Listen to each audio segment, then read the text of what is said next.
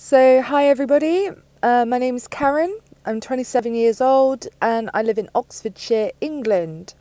And obviously those of you that have just tuned in from my YouTube channel might not be aware, but since about 2017 I've actually been writing for a blog of my own which is called Modern Norse Heathen, and it's mostly about Norse mythology, paganism, Viking Age history, all that kind of stuff, because that's definitely passions of mine, definitely.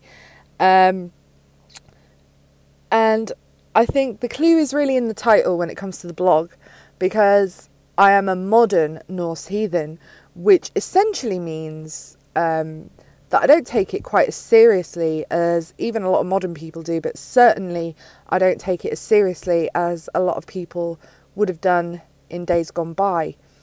I love the stories, I love the symbology, I love the analogies, the metaphors, all of that. And I do think that it's not like I'm disrespecting the gods, it's not like I don't believe they exist exactly, but I feel like they should not be interpreted necessarily as deities, or at least not deities in the sense of the Abrahamic God, which obviously Christianity, Judaism, Islam, all of that God per se. And I'm not quite sure how to word it really. So it might sound like it doesn't make a lot of sense, but hopefully by the end of this, it will make sense. So kind of hang in there, bear with me, and hopefully I can convey this properly. So I was very lucky. A bit of a backstory on me. I'm very lucky to have been raised in a non-religious household. My dad was baptised, and he obviously went to church for weddings and funerals and baptisms and all that kind of stuff. My mum, on the other hand, same sort of upbringing, but neither of them were hardcore Christians. My mum certainly doesn't class herself as a Christian, and my dad kind of did for, old traditional British values and all that kind of stuff, but he wasn't that into it. I was never forced to attend church or Bible study. I was instead taught to question things. I was taught to be skeptical, have a healthy level of skepticism, and I think that's actually stood me in good stead for the rest of my life, because I know I might sound annoying because I'm very highly skeptical. I ask a lot of questions. If you look at any of my report cards from when I was at school, from primary to secondary school, I was always getting thrown out of class. I was always getting told off by teachers or put in detention or whatever, just because I was asking questions. And perhaps I'm a little bit too blunt for most people. Maybe that was, maybe it was my wording that made me come across as disrespectful or disobedient. But really, I'm not disrespectful. I ask questions in order to learn more about it. And the thing that I always seem to come up against is the fact that certain people, they like to preach their agenda, their ideologies, and whether that be theological, political, all that kind of stuff. Doesn't matter what it's about. They've got their opinions, they've got their ideologies, they've got their agenda, and they are not, they're there to preach to you. They're there to convert you to. They're like salesmen, basically. They'll sell you this version of events or this belief system, and they'll expect you to go, "Oh, wow, amazing!" They're not expecting you to question it. And that's me. If someone tells me something, I don't just believe it blindly. I'm not a sheep. I'm not someone who follows the crowd. I'm not someone who's going to believe anything anyone tells me unless either it makes sense in my head or if I've seen evidence to prove it. So if somebody comes up to me and says, right, okay, this is the story of creation, this is the story of how mankind came to be, this is the story of why we are here on this planet, and this is the God who did it all. the deity behind all of it, and this is the moral code that we need to strictly adhere to, I'm not going to go, oh wow, thank you so much for letting me know, thank you so much for enlightening me. That's not me. That's really not me. I'm the one who goes, well, okay, how do you know that he did this? Why did he do this? Where did these stories originate from? Why are there different versions? Doesn't matter what religion it is, doesn't even matter if it's nothing to do with religion. If someone tells me something and it doesn't make sense in my head, I've got to question it. And I'm not doing that to pull it apart or pick it apart. I'm not like a vulture waiting to dive upon the carcass of whatever subject we're talking about. I'm not there to destroy someone's faith or hurt someone's feelings. I'm there because I want to understand. And they always tend to get their backs up when I do things like that. And it doesn't matter how diplomatically I word things, doesn't matter how polite I am. And the overwhelming reaction that I get when I ask such questions, particularly regarding religion, especially regarding Christianity and definitely regarding Islam, but let's use Christianity as our example here. The overwhelming response that I get is that I'm offensive, and I always respond with this: offence, just like humour, as I think it was Ricky Gervais, the English comedian, who once said that humour is subjective, and so is offence. I'm going to use an analogy that that's a bit of a hard one to say. Sorry, analogy. There we go. That's better. I'm going to use an analogy that I've used before, and I think it's probably the easiest way that I can think of to kind of sum up what I'm trying to get across to you right now. So when I was a kid, I was bullied, right? I was bullied pretty badly. I was called fat mostly. Now, when you're a little kid and you first hear the fat jokes and the insults for the first time, it hurts. You cry or whatever. It hurts your feelings. It is offensive. But then comes exposure, over a prolonged period of time of hearing, haha, you're fat, like they couldn't think of anything more original. But, if they keep going on about the same thing over and over again, that you become exposed to it. And after exposure comes acceptance, because you accept what's being said to you. You accept that somebody thinks something that you don't agree with, but it starts to go through one ear and out the other. You don't take it seriously. You don't take it to heart. You don't cry over it anymore. And after the acceptance, one of two things happens generally, right? Either the bullies move on and bully someone else, or they move on to another topic, and another thing to insult, another thing to try and hurt you with. And it's very much like that when it comes to religion. You're raised to believe something your entire life, and then suddenly you come across something, or someone tells you something that blows your entire world apart. It blows your mind. It's the complete polar opposite of what you were taught. And initially you're like, oh my God, that's awful. It can be quite distressing, I should imagine, actually, for a really devoutly religious person to suddenly come across an opinion that totally is the opposite of what they've always been taught and raised to believe. And then after, if they can just get past that initial, oh, I'm offended, that's disrespectful, that's totally wrong. If they can get past that and listen, and that's where the exposure comes in again, then maybe either it'll make sense to them, or perhaps they still think it's wrong. Maybe they still think it's bullshit, that's their prerogative. And then comes acceptance. And that is where I think that it's best to agree to disagree.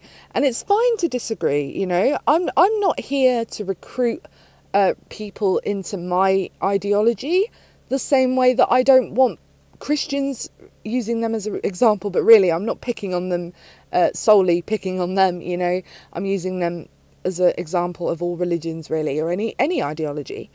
We're not here to disrespect each other. We're not here, none of us know if we're right or wrong. You know, like, do any of us really know if there's an afterlife? You know, some of us have seen things that might make you think that something supernatural or paranormal is going on. Other people haven't seen jack shit, you know? And it's all very subjective. None of us know for sure, and until we have irrefutable proof, none of us are going to be able to prove it one way or the other. So why are we still arguing over it, you know? It's really nonsensical to me. It really is. Anyway, that was a bit of a side rant, but I'll get back to my main point. Yeah, what I'm trying to say is we shouldn't be arguing, we shouldn't be starting wars, we shouldn't be committing mass genocide in the name of whatever we believe in. It's wrong, you know. You have your beliefs, I have my beliefs. We have a rational, logical debate. You know, we have a friendly conversation where we are both open and free to ask as many questions, no matter how awkward or, what's the word I'm looking for, intrusive maybe the questions might be. You know, that's how we learn from each other. And then at the end of the debate, you know, we've both learnt something new, hopefully. We've both kept it friendly or professional. And then we can agree to disagree. You know, you believe in what you want, I believe in what I want, but we're not being intolerant because we're learning from each other. And that is how you gain knowledge. And that is how you solve a lot of this trouble, you know.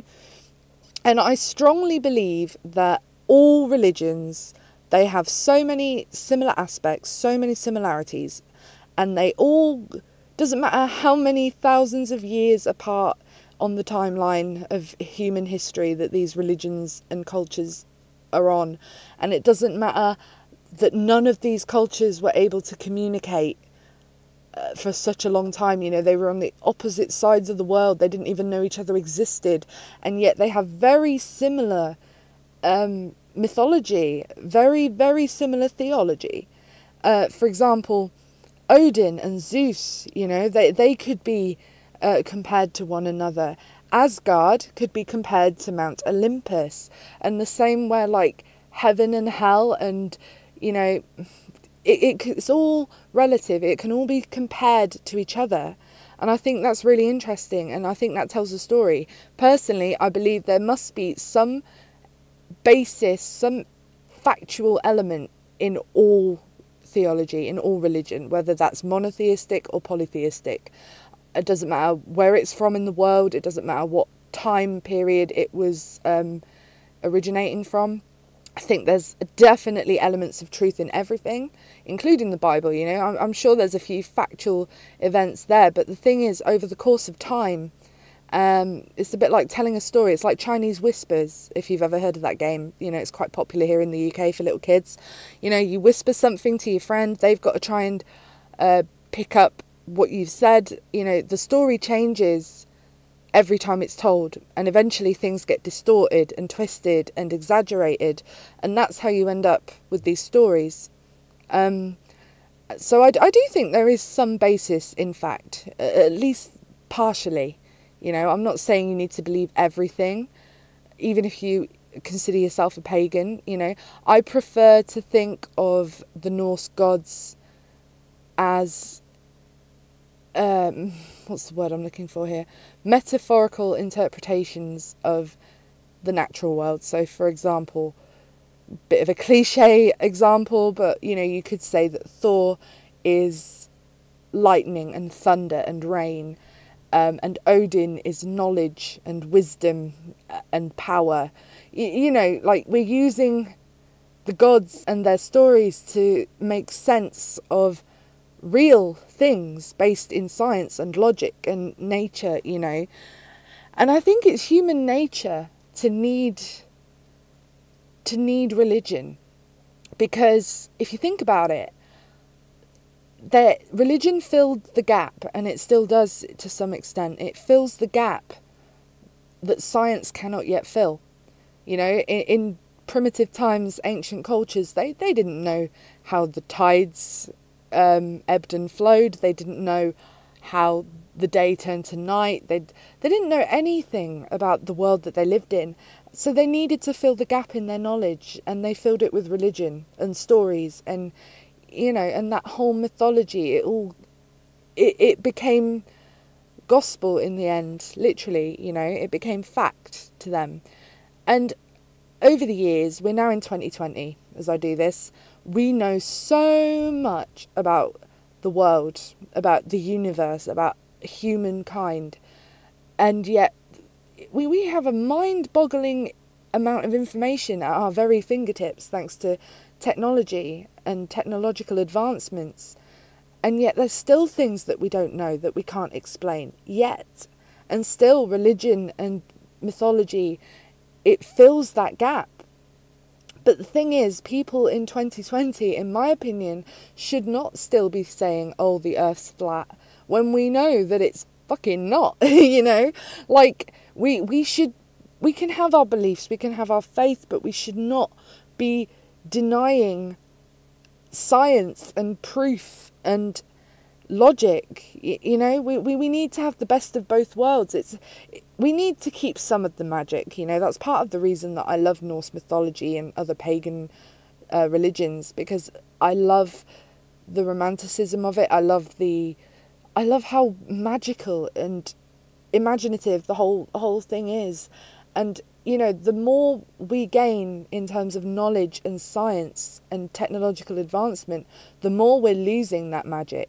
And I kind of want to keep it alive, but that doesn't mean I have to take it literally. I can use it metaphorically or as an analogy. I don't need to make a blood sacrifice to Odin, or I don't have to pray or anything.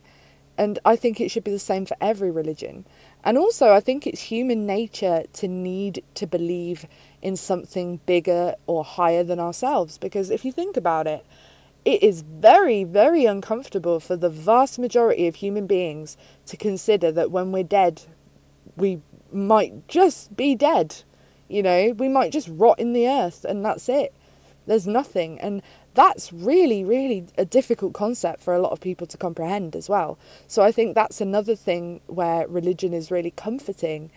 And even though I'm a skepticist, even though I like to think of myself as a logical, rational, free-thinking person, even I have times when, my dad died, 3 years ago now, and obviously I miss him really terribly, and it's so much more comforting to think that they're waiting for you on the other side, or that they're still with you.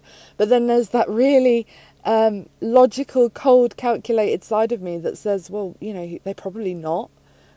And once you're dead, dying only really hurts those that you've left behind, really. So, yeah. I'm really hoping that this doesn't come out really garbled. I'm totally winging it here. I don't have a script or anything. Maybe I should have written one. But I'm hoping that kind of gives you a little bit of a glimpse into my thought processes. Feel free to put it in the comments below what you think, whether you agree or disagree. But please, if you're going to make a comment, don't just say, you're talking shit, you're talking bollocks, or that's a load of bollocks. Don't do that. Tell me why it's shit. Tell me why it's bollocks. Tell me why you disagree. And do it respectfully. Because that's what I'm trying to do here. I'm not trying to offend anyone. I'm not trying to blow anyone's world apart. But to be honest, if you're offended, that's not my problem. That's a you problem. You know what I mean? I don't want to be horrible, but that is how it is. But yeah, you really let me know your thoughts and your feelings in the comments below. And I'm really interested to hear. And if you've got any questions for me on how I view things, I might be doing an upcoming podcast or a video about morality and how I view morality and stuff like that. Just let me know. Ask me in the comments and hopefully I can address it. So thank you for listening if you've made it this far. Sorry if that was a total clusterfuck. Yeah, I have ADHD, by the way, guys. Not using it as an excuse as such, but it does mean that my train of thought tends to kind of derail itself from time to time. But, we get there in the end. So thanks for sticking with me if you've made it this far. Thank you. Bye.